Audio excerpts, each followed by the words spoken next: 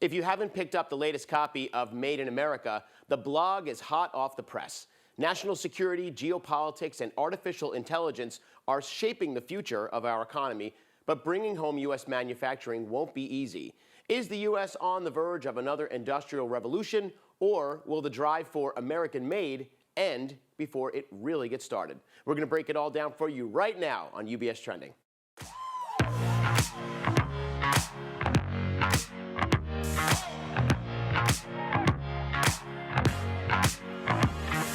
Hi, everybody, and welcome to UBS Trending. I'm Anthony Pastore. Thanks for being with us. I'm really happy to be sitting here with my colleague from the Chief Investment Office, Michelle Liberty, who's going to talk about the update to the Made in America report. Michelle, good to have you here. Now, the last time you were here, we asked you what one word you would use to describe the report, and this was about 9 months ago, and the word you used was? It was independence. Right. So what would you make that word today? I would say security. I think this is about security. All right. So let's expand on that then, right? Because one of the things we talk about as it's infrastructure, it's spending, it's all of these bills that are getting passed or trying to get passed in government. So your report, Made in America, discussed those kinds of opportunities for reshoring and infrastructure. Tell us what's happened since the last time you were with us and what you've put in the update to the report itself. Yeah, thanks, Anthony. I would say first, we absolutely still see an opportunity here. And in fact, we've seen really supportive data come through in support of that thesis. So, for example, highway and street construction in 2023 grew at the fastest clip in 2 decades. We saw manufacturing construction up 70.6%. We're seeing CHIPS funding be awarded with more to come in the coming weeks and months. And I would say the one caveat here is that the delays that we've been seeing have been more on the reshoring side.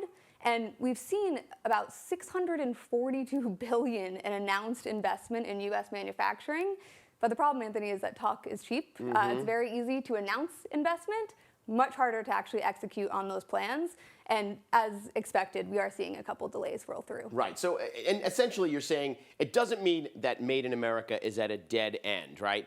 But there are challenges, and you've just highlighted some of them. And also, let's not forget we have an election coming up this November. I'm sure there's a lot of partisanship that's involved in a lot of these conversations. What do you think right now are the challenges that you're facing in the imminent future for this Made in America project? Yeah, I would say first on what's causing some of these project delays or what's causing some companies to roll back some of those announced investments. Couple reasons, but primarily labor and cost. And that's not too surprising, right? I use the example of a kitchen remodel or bathroom remodel where things often take longer and cost more than you expect, right? And we actually expected some of these labor challenges to arise. So again, not too surprising, but that doesn't mean that the path to reshoring is over. In fact, if anything, we're seeing yet again another disruption in our supply chain right now in the Red Sea and Suez Canal shipping routes. So the need for reshoring and the impetus for reshoring and national security interests, that's all still there and relevant. But I won't be surprised to see, again, some more projects delays further down the road because reshoring is really not easy to do. Right. The second part of your question on election, couple things there that I think are important to mention.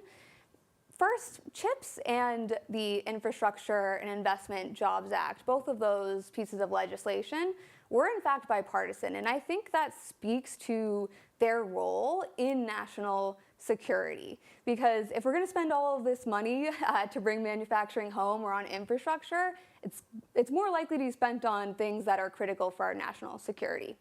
The Inflation Reduction Act is a little bit more complex. It's not impossible to repeal. There are certain parts of it that could absolutely be up for debate. The domestic manufacturing piece specifically, I do think that's one area that tends to enjoy that rare bipartisan support, but with one caveat. The caveat being, the way it's set up now, is any foreign company can come into the U.S. and reap the benefits of that tax credit. So you can essentially have a product that is made in America by a foreign company. And that could be one area that gets a little bit more scrutiny as politicians look for places to cut spending. That's been a little bit more relevant for the solar supply chain, where we've seen a lot of foreign companies come in and make these announcements. in semis, we're seeing a lot of U.S. companies invest in the U.S. With a couple exceptions, but that is one thing to watch. Yeah, and it's such an interesting way when you break it down. I guess you can call them loopholes that are in there that have these foreign companies taking advantage of the tax incentives here onshore when they're made here in America. Good thing to point out. And I'll go back to what you were saying before with national security. It certainly is in everyone's best interest, whether you're a Republican, a Democrat, or somewhere in the middle. We all want to make sure that we have a secure place to have our transactions so we can have our lives online and not have to worry about getting hacked and all those things. So all of that makes sense, Michelle. But digging a little bit more deeply into AI and technology, that's a huge component of Made in America. Maybe you can go a little bit more into kind of the investment side and how it all fits in here when you're looking at artificial intelligence, and that theme is just growing and expanding every single day. Yeah, it's a good point because as you can see as the breakdown that we shared on the screen, tech has been a large part of the announced investment, right? And there's really three things that I think about when I think about technology and U.S. leadership and national security. Primarily chips, right? Not only are they one of the nation's top exports, they're ubiquitous in our daily lives, and we are very reliant on other nations for certain parts of that supply chain. So after chips, right, I would say we've got cybersecurity. You alluded to that earlier. That's increasingly necessary. It's also considered critical infrastructure. And then third, that AI piece, the U.S. is going to want to maintain technological leadership and be a leader in AI.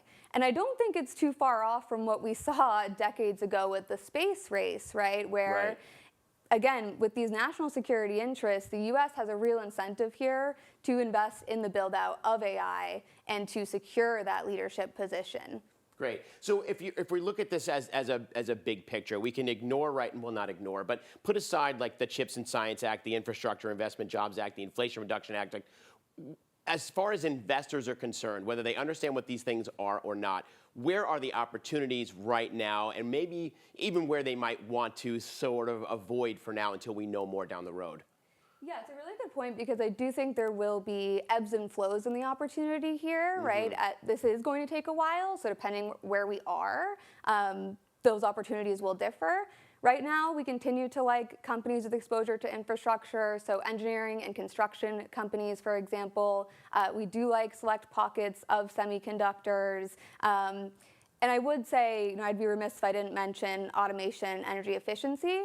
Those last two components, I think with time, these labor challenges, these higher costs, I think that bodes well for both automation and energy efficiency. Terrific, Michelle. Thank you very much. It really is. It's a great topic in the sense that you can look at all sides of it, and you look at it from the government side, then the manufacturing side, and as you said, reshoring it's a difficult thing to do. It's a lot of moving parts. So I know this story will continue, and I'm sure we'll be talking about it here together. Thanks, Michelle. Great to see you. Thanks, Anthony. Of course. And for more on the Made in America theme that we have here in our Chief Investment Office, plus lots of other content, please visit our Insights website at ubs.com/views. Plus, you can follow UBS on social media. We're on all the major channels. Plus, UBS Studios, we have our own channel on Instagram. It's at UBS Trending. So take a look there for lots of great content and ways to connect with our Chief Investment Office and some of our best partners in the thought leadership realm. And as always, if you have any questions about your portfolio, make sure you're talking with your financial advisor. Until next time, I'm Anthony Pastore. Have a great day, everybody, and remember